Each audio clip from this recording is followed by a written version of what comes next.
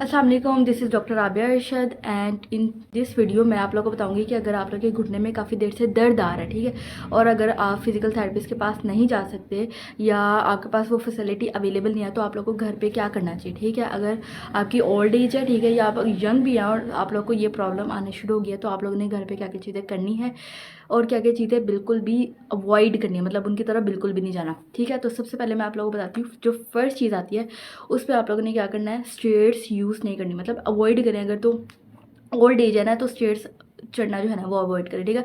बहुत ज़्यादा स्टेयर्स वगैरह ना चढ़ें और कम से कम चढ़ें, और अगर बहुत ज़रूरी है, और अदरवाइज़ तो बिल्कुल भी जो है ना वो अवॉइड करें। क्यों अवॉइड करनी है? अवॉइड इसलिए करनी है ताकि आपके जो नी है ना, मतलब आपका जो घुटना है ना, उस पर कम से कम जोर है। ऑब्वियसली जब आप चलते हैं तो आपके जो घुटने होते हैं उनके ऊपर क्या आता है, जोर आता है, दबाव आता है, जिसकी वजह से आपका दर्द जो होता है वो ज़्यादा होता है। और अगर आपने ज़्यादा सीढ़ियाँ चढ़नी होगी तो पेन उतना ही ज़्यादा होगा। तो इस वजह से सीढ़ियाँ चढ़ने को अवॉइड करना आपने, ठीक है। पहली चीज़ आ गई, ठीक है। उसके बाद आपने क्या करना है, ताकि आपका दबाव जो है वो कम से कम आए और आपको पेन भी कम हो, ठीक है। और अगर आप स्टेयर्स कम चढ़ेंगे और आपका दबाव भी नहीं आएगा तो आपकी स्वेलिंग जो होगी वो कम से कम होगी, क्योंकि बहुत सारे लोग होते हैं जिनका घुटना जो होता है ना वो स्वेल कर जाता है, मतलब सूज जाता है। तो एक अलग चीज़ है, ठीक है। तो पहली चीज़ जो मैंने आप लोगों को बताई है वो ये हमारे पास आ रहा है कि आपने स्टेयर्स चढ़ना अवॉइड करना, ठीक है। सेकंड चीज़ हमारे पास क्या आती है कि प्रे जो है ना वो आप करें चेयर पे, मतलब अगर आपने नमाज़ वगैरह पढ़नी है तो आप चेयर पे बैठ के पढ़ें, और वो बहुत ज़्यादा ईजी है, ठीक है, और सूटेबल भी है ओल्ड एज के लोगों के लिए, ताकि उनको जो है ये प्रॉब्लम ना आए, ठीक है। अभी हम उन चीज़ों के बारे में बात कर रहे हैं जिससे हमने घुटने की दर्द को कम करना है, ठीक है, जब तक वो फिजिकल थेरेपिस्ट के पास नहीं जा सकते। ऑब्वियसली आपका जो फिजिकल थेरेपिस्ट होगा वो आपको बताएगा कि टोटल आपने रिहैबिलिटेशन प्रोटोकॉल में क्या क्या चीज़ें फॉलो करनी है, लेकिन फिलहाल हम डिस्कस करेंगे किन किन चीज़ों से आप अपना घुटने का जो दर्द है उसको कम कर सकते हैं, या आप लोग को घुटने का दर्द जो है वो ना, चीज़ें मैंने आप लोगों को बता दी, ठीक है। थर्ड पे हमारे पास क्या आएगा, तीसरी चीज़ आएगी जिसमें मैं आप लोगों को बताऊंगी यूज़ ऑफ हीटिंग बैग, ठीक है। हीटिंग बैग यूज़ कर सकते हैं या आप गर्म पानी की बोतल, ठीक है। फर्स्ट ऑफ ऑल मेरे पास जो है वो दोनों चीज़ें अवेलेबल है, मैं आप लोगों को दिखा देती हूँ। हीटिंग बैग जो होता है ना वो इस तरह का होता है, ठीक है। ये इलेक्ट्रिकल वाला है, इसके ऊपर हीट जो होती है ना वो आप एडजस्ट कर सकते हैं, ठीक है। तो आप लोगों ने क्या करना होता है, इसको 10 से 15 मिनट्स अप्लाई कर सकते हैं with the adjustable heat. Heating bag जो होता है ना वो यूज़ कर सकते हैं आप।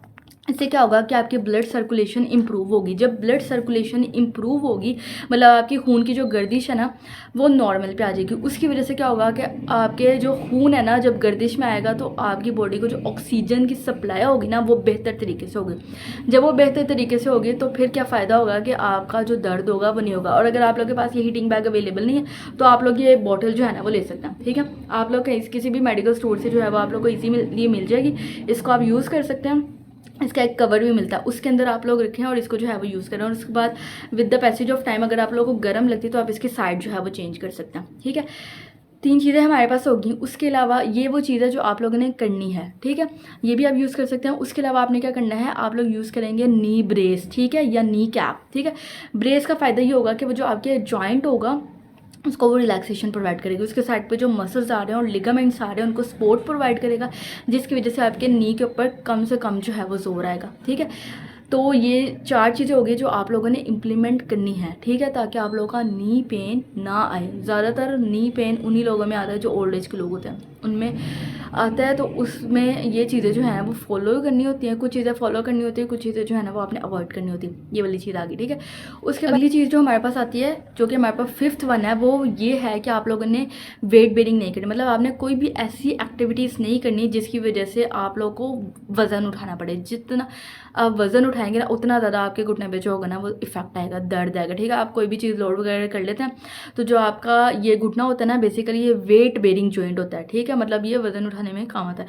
तो आपका सारा का सारा वज़न जो होगा ना वो इसके ऊपर आएगा, जितना वज़न इसके ऊपर आएगा ना उतनी दर्द होगी। तो ये वाली चीज़ आपने बिल्कुल नहीं करनी है, इसको अवॉइड करें, ठीक है, ये ना करें। मतलब अगर आप ज़्यादा वज़न उठाएंगे तो ऑब्वियसली आपके घुटने के ऊपर बोझ आएगा, दर्द आएगा, तो आपको मसला आएगा। तो बेहतर यह है कि वेट बेरिंग एक्टिविटीज़ जो है उनको अवॉइड करें, ठीक है, ऐसा कुछ भी ना करें जिसकी वजह से इसके ऊपर जो है वो जोर है और आपको दर्द जो है वो। हमारे पास सबसे आखिरी है और छठी चीज़ आ रही है, मतलब सिक्स्थ वन, उसमें हमारे पास याद है कि आप प्रोलॉन्ग्ड सिटिंग, प्रोलॉन्ग सिटिंग का मतलब होता है ज़्यादा देर के लिए बैठना, ठीक है। मतलब अगर आप जो है ना बैठे हैं ना तो इतनी देर तक जो है ना वो बैठे हैं, मतलब 20 मिनट 30 मिनट जो है ना ये 1 घंटा एक ही जगह पे जो है ना वो बैठे रहें। उसकी वजह से क्या होता है, आपके जो जब एकदम से बाद में आप उठते हैं या अपनी पोजीशन चेंज करते हैं उसकी वजह से आपको दर्द आता है। जब आपको दर्द आएगा, और वो दर्द भी इस वजह से आता है क्योंकि जब आप एक ही जगह बैठे रहते हैं तो आपके जो मसल्स होते हैं ना, वहाँ पे ऑक्सीजन की सप्लाई कम हो जाती है, ठीक है, ब्लड सप्लाई कम होगी, जिसकी वजह से ऑक्सीजन जो है उनको पहुँचेगी नहीं। जब ऑक्सीजन उनको नहीं पहुँचेगी उसकी वजह से वहाँ पर दर्द आना शुरू हो जाएगा। तो आपने बहुत देर तक नहीं बैठे रहना, आपने क्या करना है, अपनी पोजीशन चेंज करते रहना है, ठीक है। मतलब फिर बैठ गया, फिर हमारे पास खड़े हो गया, ठीक है, इस तरह से कर, ये चल वॉक कर ली, तो जब इस तरह से आप पोजीशन वगैरह चेंज करते रहेंगे तो उसकी वजह से आपको दर्द जो होगा वो नहीं आएगा। ये वो सारा प्रोटोकॉल मैंने आपको बताया जो आप अपने घर पे जो है वो इजीली फॉलो कर सकते हैं, ठीक है। और अगर आपका पेन जो है वो बहुत ज़्यादा है और आपको प्रॉब्लम जो है वो बहुत ज़्यादा आ रही है, तो आप लोग अपने किसी भी नियर बाय फिजिकल थेरेपिस्ट को अप्रोच कर सकते हैं और उससे कंसल्ट कर सकते हैं कि मुझे क्या करना चाहिए, ठीक है, कि नी रिलेटेड आपका कौन सा एग्जैक्टली मसला आ रहा है, ताकि फिजिकल थेरेपिस्ट उसको चेकआउट करे और उसको जो है आपको अच्छे तरीके से गाइड कर सके कि इसमें क्या क्या चीज़ें करनी, ठीक है। और अगर आप लोग को कभी कभी जो है वो दर्द होते हैं या कोई भी मसला आता है, तो आप लोग मेरे से भी रब्ता कर सकते हैं। मैं आप लोग को डिटेल में बता दूंगी कि आप लोग को क्या क्या चीज़ें करनी चाहिए और क्या क्या चीज़ें नहीं करनी चाहिए, ताकि आप लोग को बेहतर तरीके से जो है ना वो पता चल सके और फ़ायदा भी हो सके।